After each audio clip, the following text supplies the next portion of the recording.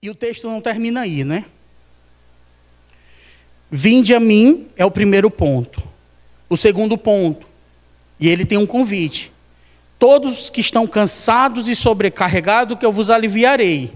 E esse alívio é o alívio da salvação, irmãos. Que ele faz e que ele te dá de maneira gratuita, baseado na tua fé. Só que ele continua e ele diz assim: tomem sobre vocês o meu jugo e aprendam de mim, porque sou manso e humilde de coração. E aqui tem algo fundamental para mim e para você. O jugo que ele diz, tomem sobre vocês o meu jugo. O jugo, eu nunca vi um jugo, a gente tem que estudar para saber o que é. O jugo é uma peça de madeira que é colocado entre dois animais, quase sempre bois ou jumentos, para trazer uma tração maior de força para puxar uma carga. E para eles terem o mesmo compasso, o mesmo ritmo de caminhada. Isso é o jugo. Coloca-se no pescoço dos dois animais e aquilo prende eles de forma que eles têm mais força para puxar determinado peso. Amém. O que Jesus comparou como jugo? Tem algo muito interessante aqui, porque quando a gente fala de graça salvadora, que a gente não faz nada, não é por obras, de fato, não é. Só que tem muita gente que confunde e acha que a graça é uma graça barata. Que eu não preciso fazer mais nada. Irmãos, para ir para o céu, só o que Cristo fez é o que paga o teu ingresso para subir. É o sangue dele. Amém, irmãos? Mas só que tem um detalhe, ele quer que nós, eu e você, primeiro, tomemos o jugo dele.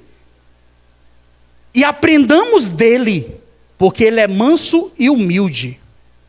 Então existe algo aqui que a gente precisa notar. Naquela época, os fariseus colocavam um jugo pesado demais e o povo não conseguia puxar, porque a carga era pesada demais. Jesus, ele diz: olha, tome o meu jugo. Eu quero andar do lado de vocês. Jesus, ele estava dizendo que tem jugo também, que essa graça não é barata. Aprendam de mim, ele estava dizendo, muita gente quer ir para o céu e ser salvo pela graça, mas não quer o Deus que mora no céu. Ou seja, em outras palavras, eu não posso querer ir até ele como ele me convida. Eu não posso querer que ele me leve meu sobrepeso, que ele leve todas as minhas angústias, mas ele diz: agora, André, eu quero te discipular. Eu quero que tu ande do meu lado. André, eu quero que além disso tu aprenda de mim, viu? Agora, André, eu quero que tu tenha compromisso. Você entende? Note, irmãos, que Jesus, ele está dizendo que existe um preço, que eu e você precisamos ter para aprender. E esse preço, sabe o que é? O preço do discipulado. Só isso. Jesus quer te ensinar, irmãos. Jesus já te salvou, mas agora ele quer te santificar. Ele quer fazer você acordar todas as manhãs e ter um relacionamento com ele. Ele quer andar do teu lado. Ele quer dizer e mostrar para ti que, olha, seguir a Cristo não significa apenas crer, mas também aprender e se submeter à vontade dele. Muitos querem Jesus, mas muitos não querem aprender dele. Porque é impossível eu querer Jesus e não querer ter uma vida transformada. É melhor irmos abrir uma associação de crentes e transformar isso numa associação. Eu preciso querer Deus, ser apaixonado por Deus, mas eu quero também que Ele me transforme. Eu quero aprender dEle e aprendam de mim. Eu preciso de Ti, Senhor, porque essa minha vida aqui não dá. Eu tenho que reconhecer que eu preciso dEle. Me discipula, Senhor. Cuida de mim, me ensina. E às vezes eu só aprendo na peia. Às vezes a vida me ensina bem direitinho. Eu quebro a cara lá na frente. Poxa, Senhor, não era. Mas eu volto, graças a Deus por isso. Jesus, irmãos, nos ensina tantas coisas. E aí foi lido, o irmão Senildo leu sobre o Sermão do Monte. Eu ia citar alguns textos, mas nós já vamos orar. Ame os seus inimigos e orem pelos que vos perseguem. Tem gente que é nosso inimigo que não quer ver nem pintado. Como é que eu quero ir até Jesus, irmãos, e não quero aprender dele? É incompatível o discurso. Senhor, me ajuda que não é fácil. Por isso que o jugo dele é para ele andar do nosso lado. Pedro, o apóstolo Pedro, ele começou a jornada com Cristo, na pesca maravilhosa que Jesus começa o seu ministério na praia, chama Pedro e seu irmão, e eles começam a seguir. Pedro, irmãos, foi um homem discipulado durante esses 3 anos de Cristo na terra. E para quem conhece um pouquinho, sabe o quanto Pedro foi discipulado. Até um dia que ele voltou e disse, rapaz, eu não consigo não, eu vou voltar a pescar. E Jesus vai lá, já ressuscitado, chega na praia, come peixe com eles, chama Pedro para conversar e fala, Pedro, tu me amas?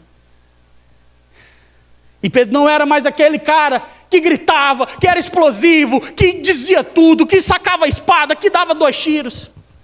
Ele fala, Senhor, tu sabes. Eles andam mais um pouquinho, e Jesus pergunta para ele, Pedro, tu me amas? Senhor, tu sabes. E Jesus pergunta a 3ª vez, e Pedro fala, Senhor, tu sabes todas as coisas. Jesus, irmãos, ele te ama tanto, que ele quer te cuidar, te discipular, te ensinar. Ele quer te tomar pela mão e falar, melhora nisso. Não adianta. Vem a mim, vem. Sai desse legalismo maluco, sai dessa correria. Para. Eu quero te aliviar. Todo esse peso e sobrecarga. Toma sobre mim o meu jugo. Mas aprendam de mim.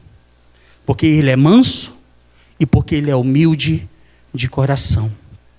Queremos Jesus, damos glória a Jesus quando entendemos que não é por obras que somos salvos. Mas isso não significa que não devemos fazer nada. O discipulado exige ação. Não somos salvos pelas obras, mas a salvação produz frutos. E assim eu quero encerrar e orar com os irmãos. O apóstolo Paulo, ele fala um pouco sobre isso, né? Já estou crucificado com Cristo, e a vida que agora eu vivo na carne, a vivo na fé no Filho de Deus que morreu e ressuscitou. Jesus falava um pouco, se alguém quer vir após mim, negue-se a si mesmo, tome a sua cruz diariamente e me siga. Isso é discipulado, irmãos. O evangelho é vivido diariamente, não é como Lutero. Eu vou para o monte, lá não tem parente, lá não tem nada, gente que me estressa, eu vou ficar... Jesus quer que você seja o quê, irmão? Sal da terra e luz do mundo. Num lugar onde só há trevas. Ele quer te usar como discípulo amado, como discípula amada. Porque ele é tão bom contigo, ele cuida de ti. Por isso fala, Senhor, eis-me aqui. Eis-me aqui para viver esse discipulado. Eu quero me tornar um pai melhor, que aprende a amar os seus filhos, uma esposa melhor, que cresce em paciência e aprende a perdoar, um filho melhor, um patrão, um funcionário, aquilo tudo que a gente sabe, me faz uma nova criatura. E ele finaliza dizendo, então, vocês acharão descanso para as vossas almas, porque o meu jugo é suave e o meu fardo é leve. Senhor, não consigo carregar, sozinho não mesmo. Eu, sozinho, carregar o peso da minha vida, nunca. Eu vou cair e quebrar a minha cara. Mas quando eu falo, Senhor, eu queria carregar junto contigo, queria aprender de ti. Eu queria que esse peso saísse. E eu quero te conhecer mais e mais. Aí, meus irmãos, você vai ver um milagre acontecendo na tua vida. Em nome de Jesus. Vamos orar.